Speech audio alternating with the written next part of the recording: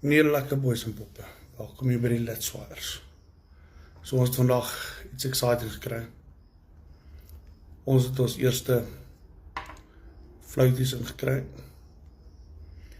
So wat ons hier het is so Bluecom Banspaas Bleeding Fluit, boompie.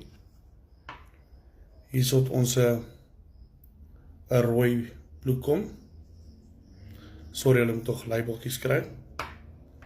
Dan het ons hier so 'n rooi garlic en boys hier goed bleed bad. Dan het ons 'n rooi anys. Dan het ons 'n wit anys, 'n wit garlic en 'n wit Bluecom. Almal wat bleed. Dan het ons 'n geel piesang wat nie bleed nie. Dan het ons 'n geel plein, sorry hulle lê nog aan die pakkies, wat nie bleed nie. 'n wit plein, 'n plein Bluecom, plein anys en 'n plein knoffel. So ek wil nou net 'n bietjie wys. Op 'n hoek gaan ek nou hierdie video maak.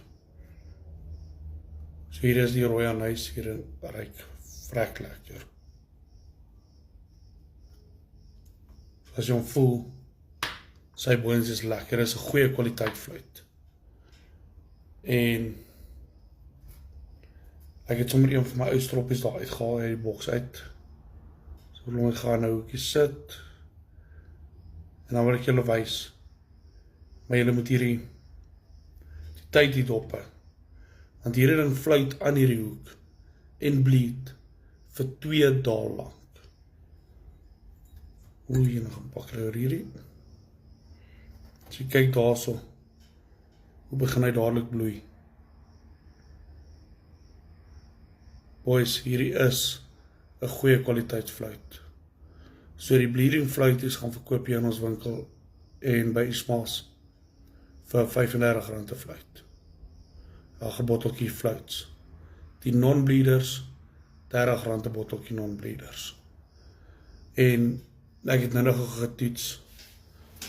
As jy soms hierdie goed gegou in 'n glasie gegooi, almal om die boonsies te kyk van almal. Toe het ons dit gecheck. So 1,5 later toe bel een van my ander pelle my. So ek sê excited, ek nog gewys hoe die fluits daar binne lê. En ek het die fluit hier uitgehaal, ek het hom gedruk uit die water uit en hy het nie gedisintegreer